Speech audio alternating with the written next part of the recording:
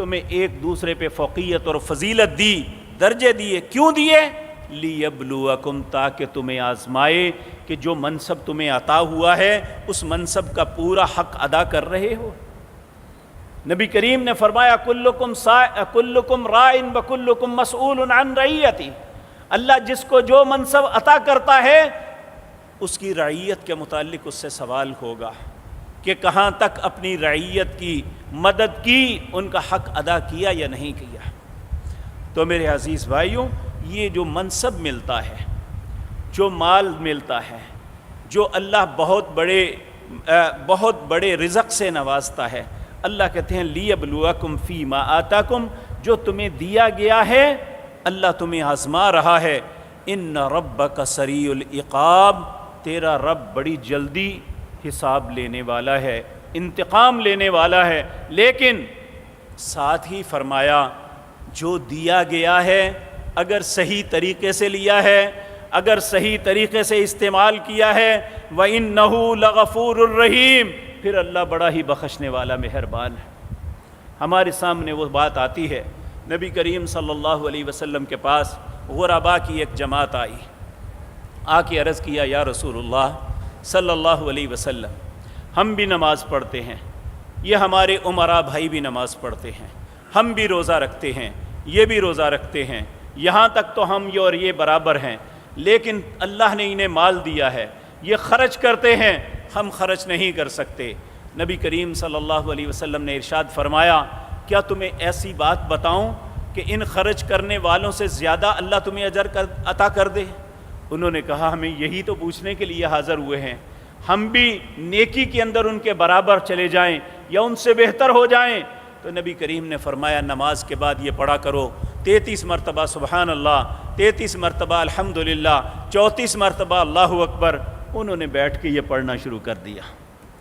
اب جو امراء تھے وہ بھی نیکی میں بڑی رغبت رکھنے والے تھے، اللہ صحابہ کرام کی زندگی ان کی قبروں کو نور سے بھر دے، اللہ رب العزت ہمیں جنت میں ان کا ساتھ نصیب کر دے۔ وہ بڑے پاک باز لوگ تھے، امراء تھے تو تب، فقراء تھے تو تب۔ امراء نے دل میں سوچا یہ پتہ نہیں انگلیوں پہ کیا گن گن کے پڑھتے ہیں، ٹو لگانی شروع کر دی۔ آخر پتہ چل گیا کہ نبی کریم سے انہوں نے پوچھا تھا کہ ہم ان سے برابر نہیں ہو سکتے، آپ ہمیں کوئی عمل بتائیے ہم ان کے برابر کم از کم ہو جائیں۔ تو نبی کریم نے انہیں بتایا سبحان اللہ الحمدللہ اللہ اکبر پڑھو، تو انہوں نے بھی پڑھنا شروع کر دیا۔ اب غرباء پھر رسول اللہ کی خدمت میں چلے گئے، یا رسول اللہ انہوں نے تو یہ پڑھنا بھی شروع کر دیا ہے۔ تو پھر اللہ کے پاک پیغمبر نے فرمایا ذالک فضل اللہ یؤتی من یشاء، پھر یہ اللہ کا فضل ہے، اللہ جسے عطا کر دے۔ اللہ نے انہیں مال دیا ہے، وہ خرچ بھی کرتے ہیں، وہ نماز بھی پڑھتے ہیں، وہ روزہ بھی رکھتے ہیں، اور وہ ساتھ اللہ کا ذکر بھی کرتے ہیں، اور یہ اللہ کا پھر فضل ہے ان پہ، اللہ جس کو عطا کر دے۔ تو اگر اللہ مال کے ساتھ دین، حلال رزق حلال اور حرام حلال کی تمیز عطا کر دے تو یہ رزق بھی بہت بڑی اللہ کی نعمت ہے۔ تو اگر یہ اس کی ضد ہو تو یہ بات یاد رکھیں، اگر خدا نخواستہ رزق درست نہیں ہے، اس کے ذرائع درست نہیں ہے، ضروری نہیں ہے کہ جو لوگ رشوت لیتے ہیں وہی حرام خور ہیں۔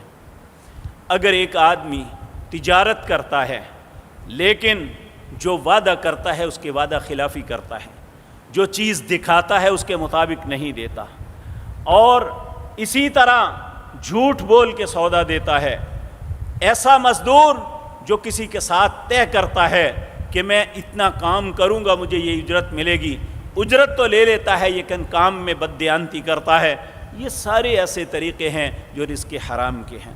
اسی طرح میرے عزیز بھائیوں، ایک شخص سمجھے کہ میں تجارت کرتا ہوں لیکن وہ حلال کے بجائے حرام چیز کی خرید و فروخت کرتا ہے، تو یہ تجارت اس کی مال حرام کے زمرے میں آ جاتی ہے۔ جس طرح شراب بیچنے والا، شراب بنانے والا، شراب کی کیری کرنے والا، شراب کو سرو کرنے والا اور اس کی معاونت کرنے والا شراب پینے والے کی طرح ہی ہے، العیاذ باللہ۔ اسی طرح میرے بھائیو بے شمار اور چیزیں ہیں۔